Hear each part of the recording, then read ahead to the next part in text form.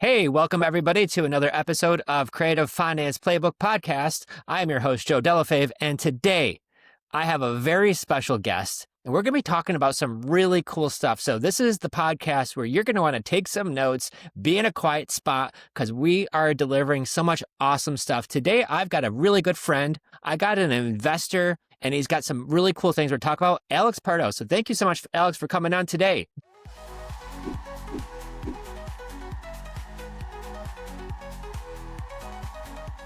Joe, I'm pumped to be here, brother. Thank you so much for having me on your show. Absolutely. So I kind of want to dig into like a little bit of Alex. If you want to give everybody a snapshot of who you are, where you're from, and then we're going to get into what you do. Yeah, man. Look, I'll keep this super short and sweet so we can kind of get to the meat and potatoes of the show. I was born and raised in Miami. I didn't come from a family of entrepreneurs. I graduated from college, thought I wanted to be like a CFO or a CEO of a big company. So I took a job working with General Electric in their financial management company. And then I quickly realized, Joe, that I don't want to climb the corporate ladder. One of the things I've gotten pretty good at is reverse engineering my way based on the clarity and the direction that I want to go in my life. And I realized that looking at my boss and her boss all the way up the ladder, working for a company just wasn't going to allow me to live the kind of life I wanted to live and impact the amount of people that I wanted to impact. So I decided to go backpacking around Europe for 3.5 months, visited, I think, 53 cities and like 22 or 23 countries. And it was when I was on the Eurorail, the train going from city to city, where I started to immerse myself in the Rich Dad, Poor Dad's, Think and Grow Rich. I probably read 5 or 6 books that summer. And I made a decision on that train, hey, when I come back to Miami, I'm going to get involved in real estate. And sure enough, it's interesting. Has it ever happened to you, Joe, where like you decide and you commit and then God starts opening up certain doors for you? Well, about a week later, I got to Ibiza and a friend of mine had sent me an email inviting me to something called a Marketing for Deals bootcamp put on by a gentleman named Dave Lindahl, where he was essentially teaching people how to market for real estate deals. I ended up going to that October of 2005. And then about 3 months later, I closed my first wholesale deal. Wow. So you're talking 20 years, 2 decades of being Dude, at this. I've been at this for a hot minute, man. Yeah. Now I spent the first 14 years in the single family space, and it was about 5 years ago that I transitioned into storage. But yeah, man, I've been at this for about 2 decades. So you obviously don't be fooled by his looks. He looks super young, but he's got 2 decades of doing this and experience. So that's really great. So you got into single family homes. Were you doing this mostly in the Miami area? Yeah, primarily South Florida. It wasn't until 2017 where I kind of had an epiphany, Joe. Like one of the mistakes I openly share with people is that I got into real estate because I wanted freedom and cash flow and all the benefits that we love and enjoy about real estate. But I ended up playing the transactional game. I ended up getting kind of addicted to the income that you could generate from wholesaling. And I remember in 2017, at this point, I had built a team of about 7 or 8 people. My overhead had grown. And I told my wife, I'm like, yes, real estate has provided for us and we've done well, but where's the cash flow? Like I'm getting taxed at the highest bracket. It started to feel like a grind and a chase. And so we started buying single family rentals in Cleveland, Ohio. And I got to about 4 or 5 of those. And then I quickly realized I don't want to be a landlord and I don't want to own rentals. And so that's what started to like really open my eyes to, okay, single family is great. What's next for me that aligns with my goals and my vision? Well, I love that too, because when you're just wholesaling, you're getting the big checks, but you're not building wealth. You're getting a good income, but then you start getting overhead. And so I know a lot of folks who they do a lot of deals and they're making a lot of money. But then when you actually look at the overhead and the team and what it takes to get to that, you end up scratching your head at the end of the day saying, well, what's left for me? Right, as the operator and the owner. And many times it's sometimes not as glamorous as you would hope, right? But you were smart enough to see the vision of, hey, I need to start getting some rental properties because that's what's going to build cash flow. You're having your renters pay off your debt. Your properties are going to appreciate over time, and then you get the tax benefits. So you get the 4 major ways of wealth, but then that comes with challenges too. You're, adult babysitter at times. Yeah, not just that, Joe, but what I realized was I think I got to 4 or 5 rentals, and I think I was probably making somewhere between $200 and $350 a month in cash flow. But then once a year, something big would happen to one of these houses, a furnace, a this, a that, and then it would pretty much wipe out my cash flow. And then I just started to do the math. I did the same thing I did in my corporate job. I said, okay, well, if my goal is X, how many houses, what kind of portfolio would I need to have in order to generate X amount of cash flow from these houses. And then I would have to bake in, okay, well, what if an event happens, right? A roof or this or that. I was like, I'm going to need a pretty big portfolio. And then I started thinking of what that would entail. And I'm like, I don't want 50 something tax bills and roofs and tenants. I'm like, there's got to be a better way. And I happened to be co-leading a mastermind at that time. And I was coaching somebody who owned a storage facility. And that, brother, is what just really opened my eyes to the storage asset class. Because at the time, I incorrectly assumed that if I was going to get involved in bigger deals, the natural progression seems to be multifamily. But multifamily also comes with tenants and toilets and all that kind of stuff I was trying to get away from. Yeah. So that's when I really started to dive deep into the storage asset class. So what year was it that you starting to make that choice, that pivot to storage? The beginning of 2019 is when I really started getting serious. In fact, brother, I remember, are you familiar with the Mastermind Collective Genius? Oh, yeah. CG. So great organization, Jason Medley, like I love their leadership. Awesome mastermind. Some of the top investors in the country. Well, I share that because I want to say it was late 2018 or the beginning of 2019 that I had a presentation. You know, in CG, you give these 45-minute presentations. And I remember I had this whole like PowerPoint deck planned out where I was going to like wow them with the things I was doing,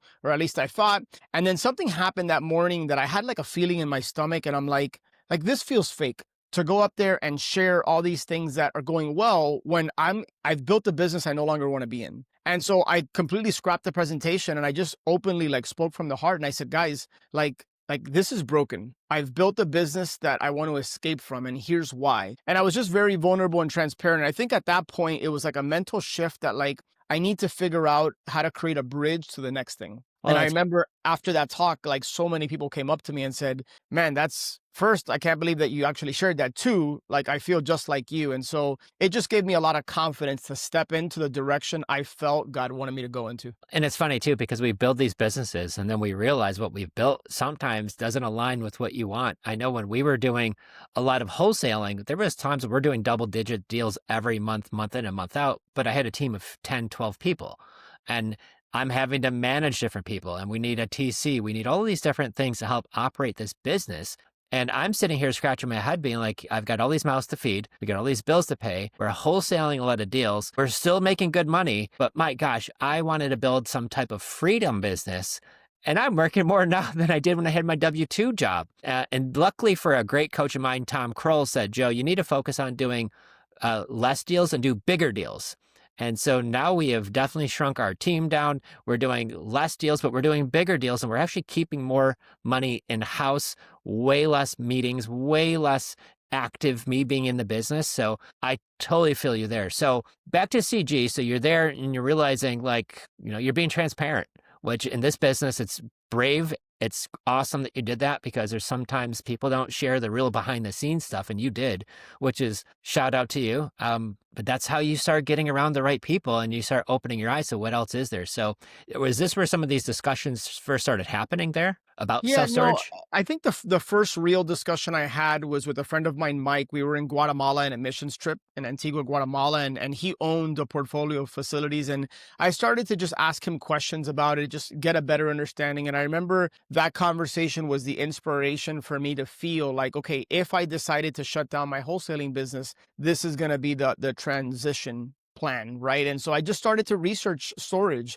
And it's interesting, Joe, because I wish I knew then what I know now. Because in my head, I had built storage to be this like huge endeavor.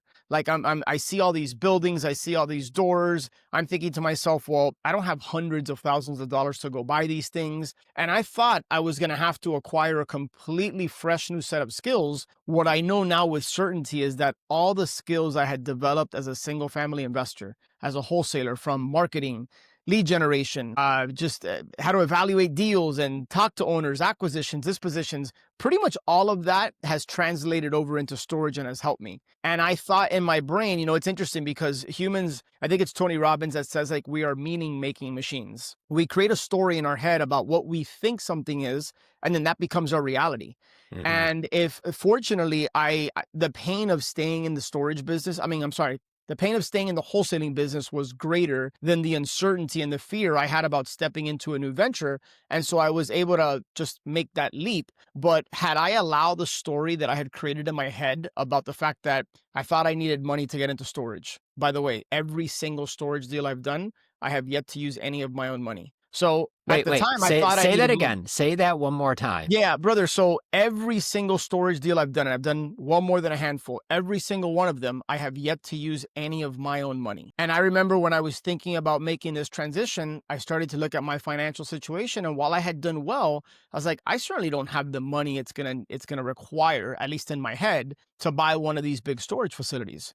And I also thought I needed to learn a whole new set of skills, and I learned so much more by deciding, committing, and then the process started to unfold itself. So I'll kind of pause there, but those were some of the things going on around that time, 2019, heading right into 2020. So you had some maybe limiting beliefs in the beginning, and Huge. many of us have that, right? So that's completely normal. So, which is great. But then you started probably doing a little bit more research. Did you get around the right folks who are like, hey, this is some of the things you got to do? That's exactly right. So, man, COVID came. And I Yeah. remember I was in San Diego with like Ryan Pineda and a bunch of people that were at CG, like literally the week that NCAA and like the world started to kind of shut down. And I remember at that point, it was like, you want to know what? I think now's the time. To me, it was a blessing in disguise. And at that time, people were starting to pivot to do deals virtually. Some had already like transitioned to that. And I'm like, I don't have the energy, the bandwidth to want to do this. I'm just going to start to slowly unwind this machine. And by June, July of 2020, I had shut down the wholesaling business, even though it was profitable. I didn't create the business in a way that it could be sellable, but I was able to sell off certain assets of the business. And then it was December of 2020 that I joined a storage mastermind, and I just committed myself, hey, this is going to be the asset class where I'm going to plant my flag. Heck yeah. So obviously definite of purpose. You're getting rid of what you were already doing. You broke through some of the, I don't know, it's like these mental roadblocks. Like, I can't stop doing this, right? Because that's all I've been doing, or I'm good at it. So just because you're good at it, but if it doesn't give you the lifestyle that you want, there are other things you could get into, which is wonderful. And this is why I love real estate and just investing in general, because it could be single family homes, multifamily, self-storage. I mean, it could be so many different things. So you make that pivot. It's 2020. You're in a mastermind now about self-storage. So I want to kind of dive into like your first deal. So obviously you're in it now, you're learning, your research mode. How did you even come across your first deal? And what did that deal Yeah. look like? Yeah, man. No, it's a great question. And look, and I'll call myself out. So December, I committed to storage. I came into the business overly confident. I thought that I didn't have to do the work because I had had some prior success in real estate. Right. And I remember I was leading our Ascend Mastermind, and one of our members, one of my coaching clients, came up to me. This was the beginning of March, Joe, and it was like a bucket of cold water. He goes, "Hey, man, so how many storage facilities do you have under contract?" And I looked at him dead in the eyes and I said, 0. I got back after that mastermind and I hadn't done the work. I was in research mode. I was in consumption mode. I was doing all the things I tell people not to do, right? Yes, consuming is important, but it's the execution of what you learn that's really going to like propel you forward. And so recommitted myself to storage just a few months after I decided to do it. And I was under contract a couple of months later on a 43,000 square foot facility in Mississippi. And I got it because I was so crystal clear about my buy box. One of the things I share with my Storage Wins coaching clients is get clarity about what is a deal to you and what is not a deal. I'm talking market size, like demo, like what is your magic wand scenario? And I developed this buy box, and I literally would plant a seed and drop breadcrumbs with everybody I would come in contact with. Hey, this is what I'm looking for. Hey, this is what I'm looking for. And I would follow up. And I'll never forget, it was like a random Tuesday night. And I got a text message from a good friend of mine who I was working with in the storage space. And he said, "Hey, Alex, I think I found your first deal. Check your email." Checked my email, called him back like 40 minutes later. I'm like, "How'd you know that I'd want this?" He goes, "What do you mean? You've been telling me for the last several months exactly what you're looking for. And here it is." You and spoke dude, it into existence, bud. You spoke it into existence. I guess, man, I was so clear about what I wanted. I Yeah. knew my why, and it was a non-negotiable for me. I had essentially burned the boats. And dude, I ended up getting SBA financing, and then I brought on an equity partner to fund the difference that I needed. So that was my first deal, a 340 unit storage deal that I was able to buy without using any of my money. And essentially it came from a wholesaler. Wow. So why did the seller want to sell that unit, that Yeah, storage man, they facility? were downsizing their portfolio. So you know what's interesting, Joe, and you know this better than most, but you know how in the single family space, like sellers are motivated for a variety of reasons. It could be financially, it could be physical, circumstantial. My experience, storage owners, most of the time, overwhelmingly most of the time, they're getting ready to retire. They have owned these assets for, in some cases, 20, 30 plus years, and they're just ready to like slow down. And that was the case with the storage owner. Classic mom and pop owner. Their dad had built the facility, I think, in the 80s, and they were just unwinding. And so we were able to buy it at a really, really good price. So motivated seller, obviously wanting to retire.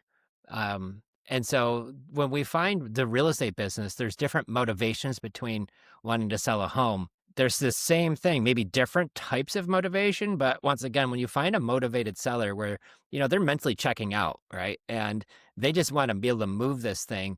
And so you got in contact with an investor, a wholesaler who found the deal, brought it to you, probably got some type of finder's fee for bringing you the deal because you closed Nice on it. finder's fee. Yeah, 70 grand. Nice finder's fee. Ooh, so if you're listening and you want to send Alex a deal, obviously he's paying handsomely for good deals, One. but Yep. I mean, who wouldn't pay a huge old check because, ultimately you're going to make a lot more. That's right. That's right. No, in fact, I've never been the one to like ever count somebody else's money. I will pay a finder's fee, whatever it is. It could be six figures. I'm happy to pay it as long as it's a deal for me and it checks what I'm looking for.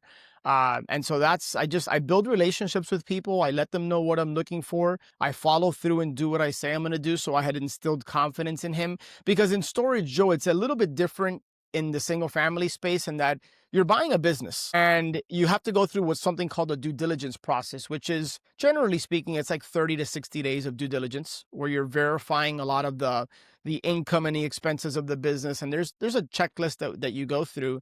And I was confident. I told him, hey, this is exactly what I'm looking for. Unless I go out there and there's something like huge that's unexpected, like I'm buying this facility. And so I was able to instill confidence in him, even though I didn't have experience in storage and I hadn't owned storage. And I think that's an important takeaway for people listening, is get clear about what you want, share it with people, and then communicate with confidence. Do what you say you're going to do, and just develop that reputation that people can trust you because you're somebody who follows through. So, but you're doing this from Miami. I am. Yeah. And Yeah, this is, Joe, none of my facilities are in Miami. In fact, I look for storage in small markets. yeah. So we run something called unmanned models. So let me kind of paint a picture. A year ago, I owned 104,000 square feet of storage, almost 900 units, 0 employees. Nobody works on site. We have a call center, a third-party management company, and a local boots on the ground that is paid $600 a month.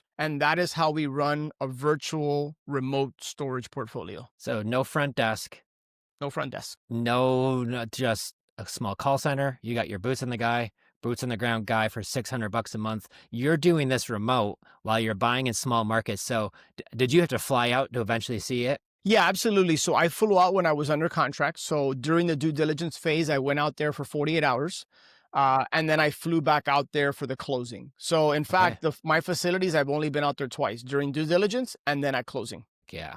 So Yeah. talk about a business that you could do anywhere around the world, because obviously you love to travel. And so especially when you're not dealing with 900 different tenants and toilets and refrigerators and all the stuff.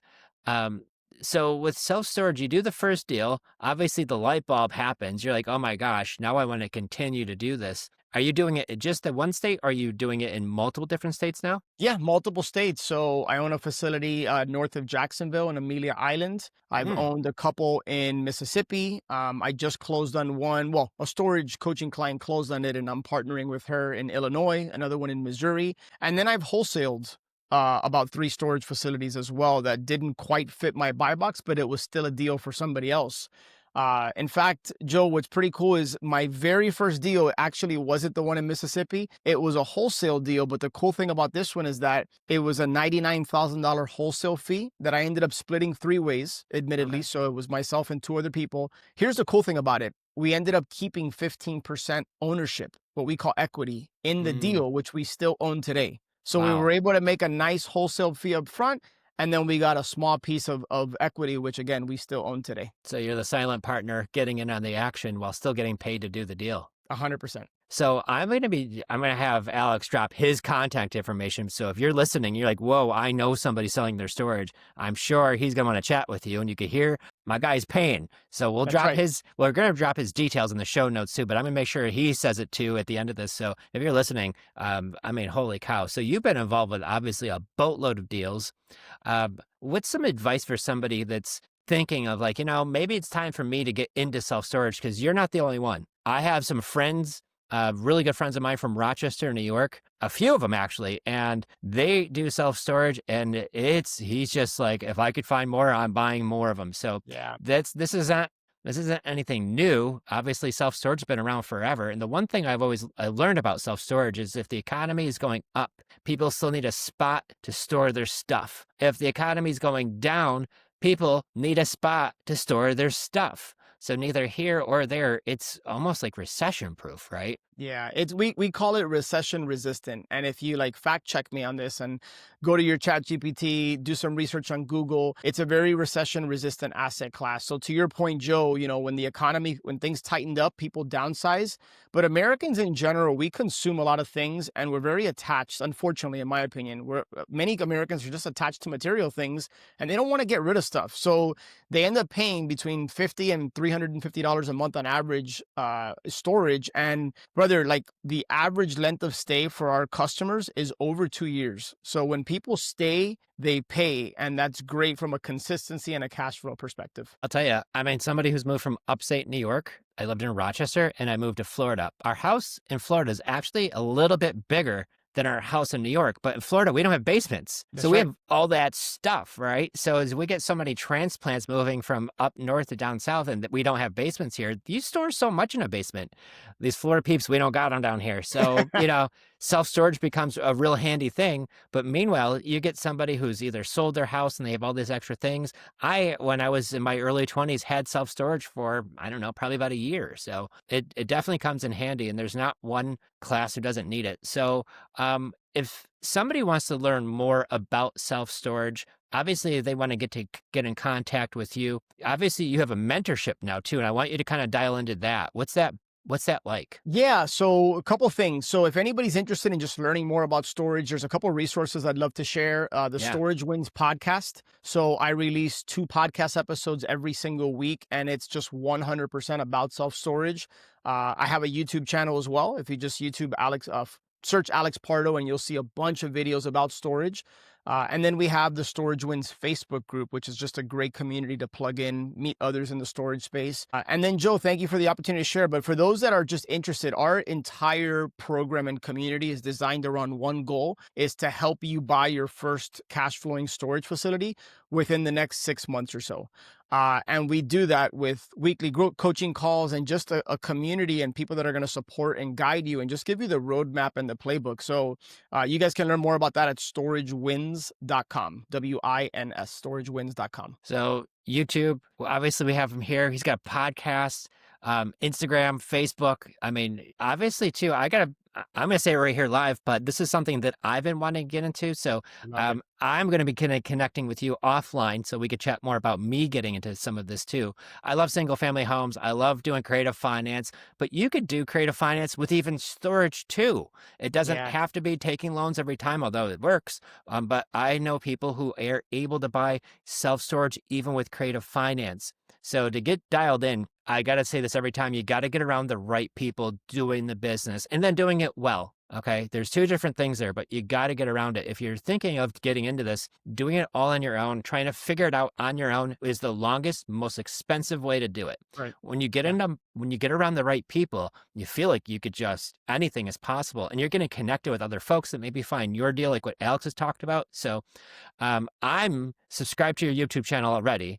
I'm going to make sure my butt is in that Facebook group. If I got to check to see if I am or not. I'm in like a lot, but I'm going to make We'll sure make sure that we'll make sure to uh, add you. But please Joe, do. man, last thing I want to share is I want to publicly acknowledge you and thank you, man, for all the great content that you put out with your community, Creative Finance Playbook. Because man, I love Creative Finance. The facility I own in Florida, in Amelia Island, was bought on 90% seller financing with some incredible terms. So what you teach people in terms of creative finance and how to go out and do deals, that can be applied to storage because I've done it. I've had coaching clients do it. So appreciate all the effort with the podcast and all the great content that you and Jenn are putting out because it's impacting and helping a lot of people, man. Thank you so much. Well, I love that too. So, well, thank you so much for coming on. And I'm looking forward. We're going to be seeing each other in a few weeks down Yeah, man. in Tampa at the mastermind that we're all part of, Family Mastermind. Shout out Matt Andrews for that. Love that guy. Because I'm going to be chatting with you. So when I see you, I'm coming in hot. Just a heads up. I know my wife will be too. All right. But we're going to connect. And I can't wait to continue to follow you guys. And actually, I'm going to be a part of it too, because I've got way too many friends that are crushing it in self-storage. And I could see the huge benefit and upside. And fun fact, when I was still in my car dealership world way back when, we sold a truck to this guy who bought self-storage in town next to where the dealership was, right down the road. And then he was like talking about how it was older and the sellers were motivated. They were retiring, like what you kind of said. And he was adding additions onto it as well. And, from what I was following him for a long time, my gosh, he did so well on that deal. I probably should have got into it back then, but neither here, neither there. I'm still young. I got plenty of time, but now is the time. So guys, if you're listening, make sure you get in touch with Alex. Alex, thank you so much for coming on. And Thank you, brother. last words of wisdom for anybody watching. Yeah, listen, challenge any limiting beliefs you have. It starts with a decision, commit, find your tribe, find the person that you can step into that can help you. And then like our mutual friend and mentor says, take massive imperfect action. You're going to learn so much more by executing than you are with the comforting feeling of just consuming content. So go out there and do it because to me, Joe, the worst thing to do is live with regret. So like you said, now is the time. Just it starts with the decision, commit to do it, find your person in your tribe, and then get after it. That is spot on. Some gold advice right there. So if you're listening, make sure you like and subscribe to our YouTube channel, Creative Finance Playbook. We're on all the different podcast channel. And if you aren't already in our Facebook group, Creative Finance Playbook with Jenn and Joe, y'all need to get in there because we're sharing stuff like this in there all of the time. And thanks once again, Alex, for coming on. And we'll see you guys soon. Thanks so much for tuning in, everybody.